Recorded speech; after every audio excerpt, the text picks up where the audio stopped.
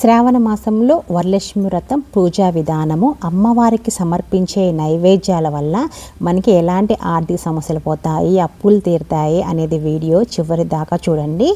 మనం పాటించే ప్రతి ఆచారం వెనుక ఎన్నో స్వప్రయోజనాలు ఉంటాయి. కాబట్టి మీరు పాటించే ఆచార పద్ధతులతోనే మీ కుటుంబానికి స్వప్రయోజనాలు కలిగి డబ్బు పరంగా బాగా కలిసి వస్తుంది. అయితే లక్ష్మీదేవికి ప్రీతికరమైన ఈ శ్రావణ మాసంలో ప్రతి ఒక్కరు తప్పనిసరిగా పాటించవలసిన కొన్ని ఆచార పద్ధతుల గురించి తెలుసుకుందాము. ఈ శ్రావణ మాసం నియమాలను పాటిస్తే ఈ సంవత్సరం అంతా మీ ఇంటిపై లక్ష్మీదేవి ఆశీర్వాదం ఉంటుంది. ప్రతి ఒక్కరూ ఈ వీడియోకి ఒక లైక్ కొట్టి జై లక్ష్మీదేవి నమః అని కామెంట్ చేయండి. సుమంగలిగా ఉండాలని, మీ భర్త ఆయురారోగ్యాలతో అష్టైశ్వర్యాలతో జీవించాలన్న ఈ శ్రావణ మాసంలో పెళ్ళి అయిన ఆడవారు తప్పనిసరిగా కొన్ని పద్ధతులు అయితే పాటించాలి. శ్రావణ మాసంలో అమ్మవారికి పూజించే ఆడవారు తప్పనిసరిగా ఉపవాసం ఉండాలి. మీ కుటుంబ క్షేమం కోసం, అలాగే మీ భర్త ఆయుష్ కోసం ఈ శ్రావణ మాసంలో తప్పనిసరిగా ఆడవాళ్ళు ఉపవాసం ఉండాలి. ముఖ్యంగా ప్రతి శ్రావణ సోమవారం అలాగే శుక్రవారాల్లో ఆడవాళ్ళు ఉపవాసం ఉంటే మీకు, మీ కుటుంబానికి కూడా చాలా మంచిది. మన హిందూ ధర్మంలో దైవ మంత్రాలకు చాలా శక్తి ఉంటుంది. భక్తి శ్రద్ధలతో దైవ మంత్రాలను జపిస్తే దేవతలు త్వరగా ప్రసన్నులవుతారు. కాబట్టి ఈ శ్రావణ మాసంలో వీలైనంత ఎక్కువగా ఓం శ్రీ మహాలక్ష్మియే నమః అని మంత్రాన్ని చదవండి. లక్ష్మీ ఆశీస్సులు సంపూర్ణంగా కలుగుతాయి. అంతటి శక్తి ఈ మంత్రానికి అయితే ఉంటుంది. అలాగే ఈ శ్రావణ మాసంలో తప్పనిసరిగా ఆడవారు తులసిని పూజించాలి. ఇంటి ముందు తులసి కోట ఉంటే సమస్త దేవతలు మన ఇంటికి రక్షిస్తున్నట్లే. లక్ష్మీనారాయణలో కొలువై ఉన్న తులసిని పూజించిన వారికి ఈ సంవత్సరం అంతా భోగభాగ్యాలకు కొరత ఏర్పడకుండా సర్వ సౌఖ్యాలను అనుభవిస్తారు. మీ ఇంటికి విపరీతమైన ప్రవాహం కూడా ఉంటుంది, తన ప్రవాహం. కాబట్టి శ్రావణ మాసంలో తులసిదేవిని పూజించండి. మంగళకరమైన ఈ శ్రావణ మాసంలో సుమంగళి స్త్రీలు ప్రతినిత్యం కాళ్ళగా పసుపు రాసుకొని పాపిటిలో కుంకుమ బొట్టు పెట్టుకోవాలి. చేతులు నిండగా మట్టి గాజులు వేసుకోండి. అలాగే ప్రతి స్త్రీ తప్పనిసరిగా కాళ్ళకు వెండి పట్టీలు పెట్టుకోండి. పట్టీలు పెట్టుకొని ఆడవాళ్ళు నడుస్తూ ఉంటే ఆ పట్టీల నుండి వచ్చే గజ్జెల శబ్దంతో లక్ష్మీదేవి మీ ఇంట్లోకి ప్రవేశిస్తుంది. గజ్జెల మోత ఎక్కడైతే వినిపిస్తుందో అక్కడ లక్ష్మీదేవి ఉంటుంది. కాబట్టి పూర్వం రోజుల్లో ఇంట్లో ఉన్న ఆడవాళ్ళందరూ చేతులు నిండుగా గాజులు వేసుకొని కాళ్ళకు పట్టీలు పెట్టుకునేవారు. ఇక స్త్రీలు దీర్ఘ సుమంగలిగా ఉండాలంటే శ్రావణ మాసంలో తప్పనిసరిగా మంగళగౌరి వ్రతాన్ని చేసుకోండి.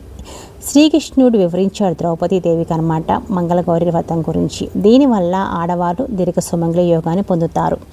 ఆడవారు మంగళగౌరి వ్రతాన్ని చేసుకుంటే మీ భర్త ఆయుష్ పెరుగుతుంది. అలాగే సిరి సంపదలు కలిసి వస్తాయి కూడా. ఇక అత్యంత శక్తివంతమైన వ్రతం వరలక్ష్మి వ్రతం. ప్రతి స్త్రీ తప్పనిసరిగా చేసుకోవాల్సిన వ్రతము. అష్టలక్ష్ములను పూజించినంత పుణ్య ఫలితం లభిస్తుంది మనకి. మీకు రాబోయే ఆపదలన్నీ తొలగిపోయి సంపూర్ణమైన లక్ష్మీ కటాక్షంతో ధనధాన్యాల కొరత ఏర్పడకుండా మీ కుటుంబానికి అఖండ రాజయోగం కలుగుతుంది. కాబట్టి ఆగస్టు 8వ తేదీన 3వ శుక్రవారం నాడు ప్రతి ఒక్కరూ తప్పనిసరిగా వరలక్ష్మి వ్రతాన్ని చేసుకొని అమ్మవారి ఆశీర్వాదాన్ని సులభంగా పొందండి.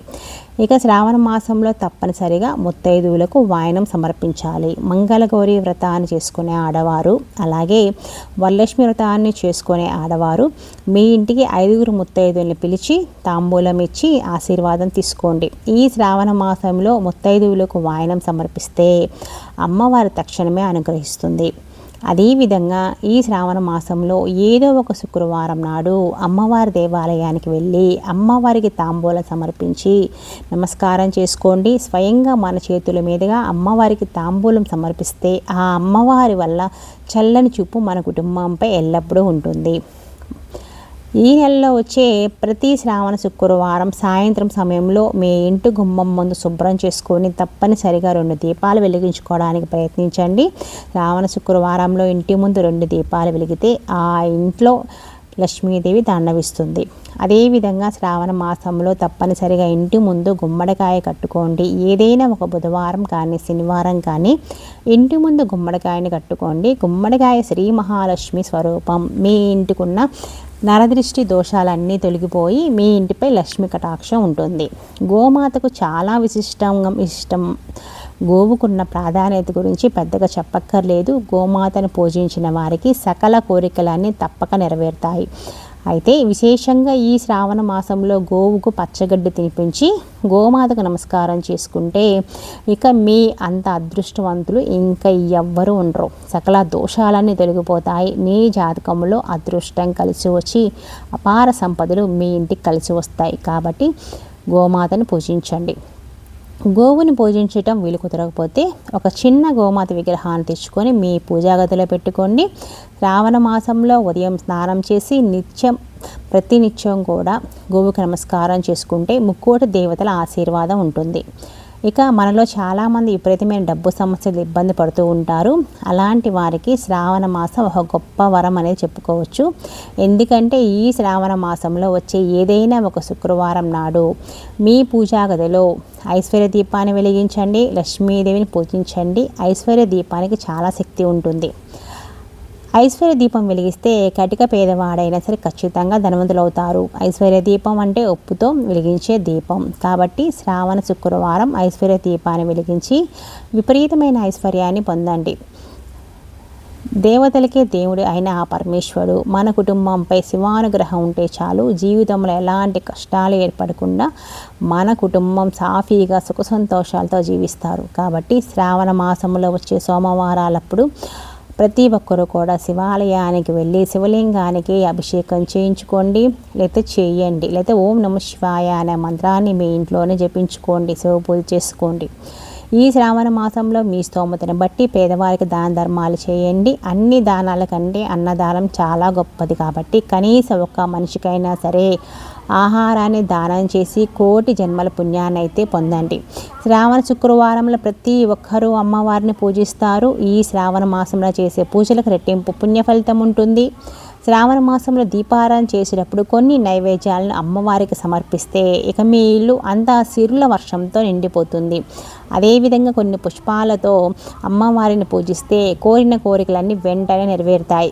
కాబట్టి ఈ శక్తివంతమైన శ్రావణ మాసంలో అమ్మవారిని పూజించేటప్పుడు ఎలాంటి నైవేద్యాలు సమర్పించాలి, అలాగే ఎలాంటి పూలతో అమ్మవారిని పూజించాలో ఇప్పుడు మనము తెలుసుకుందాము. ఈ శ్రావణ మాసంలో అమ్మవారికి సమర్పించాల్సిన నైవేద్యాల గురించి నేరుగా మనకి లలితా సహస్రనామంలోనే ఉన్నాయి.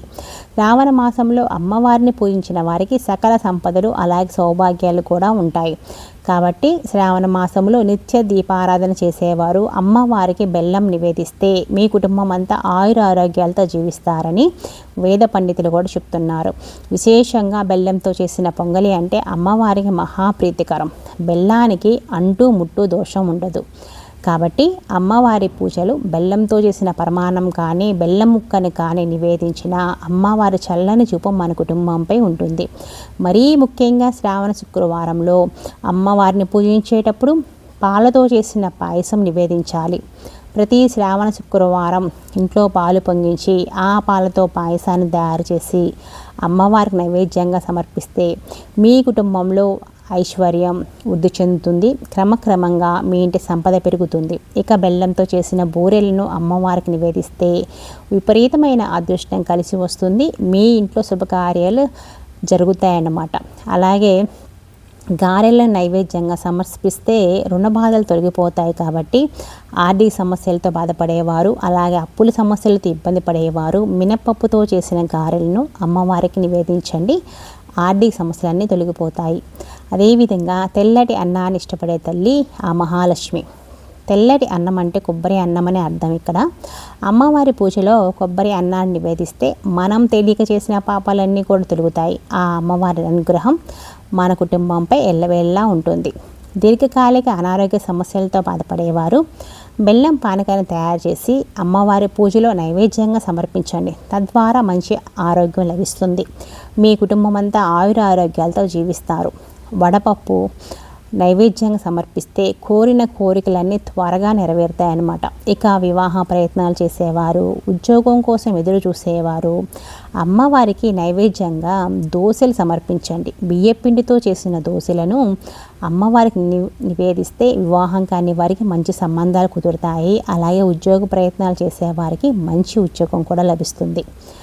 వ్యాపారంలో అధిక లాభాలు రావాలంటే, అలాగే ఉద్యోగం చేసేవారికి ప్రమోషన్ రావాలంటే అమ్మవారికి రవ్వ కేసరిని నివేదించండి.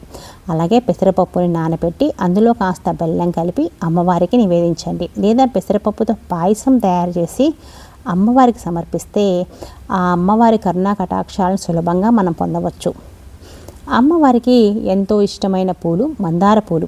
ఈ శ్రావణ మాసంలో మందార పూలతో అమ్మవారిని పూజిస్తే అమ్మవారి ఎంతో సంతోషిస్తుంది. అదేవిధంగా ఎరుపు రంగు గన్నేరు పూలతో అమ్మవారిని పూజిస్తే బంగారు వెండి ఆభరణాలు ఎక్కువ కొనుగోలు చేస్తాం మనము.